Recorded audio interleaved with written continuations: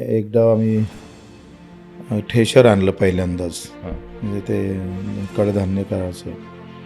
तर तेव्हा नेमकं ते कर्जबाजारी करून हे करून आणलेलं होतं. म्हणजे चालू करायला माणसं भेटायची नाही किंवा तेव्हा तेवढा मुबलक पैसा नव्हता. तर म्हटलं चला आपणच काढून टाकू गावात. मग आम्हाला अक्कल सुचली. आपलं पंप असतं ना पाठीवरचं, हो. फवारणीचं हो, पंप, हो.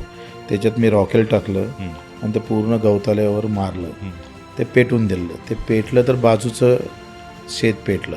हां. त्याची त्यामुळे लाकडं त्या बिकडं पेटलं. हां, ज्वारी उभी होती.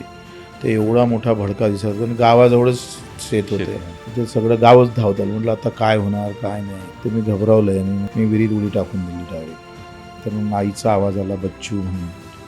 तर मी जसं म्हणजे विहिरीत असं पाण्यात जाणार तर तितक्यात आवाज आला. आईचा आवाज आल्यानंतर विचार बदलला आणि विहिरीत उडी टाकल्यानंतर मला थोडं पोहणं होतंच. पंप असतं पाईप, त्याला चढून वरती आलो आणि मग मी एकटाच चाललो गेलो बाहेर. तर तो आत्महत्याचा पहिला प्रयत्न होता.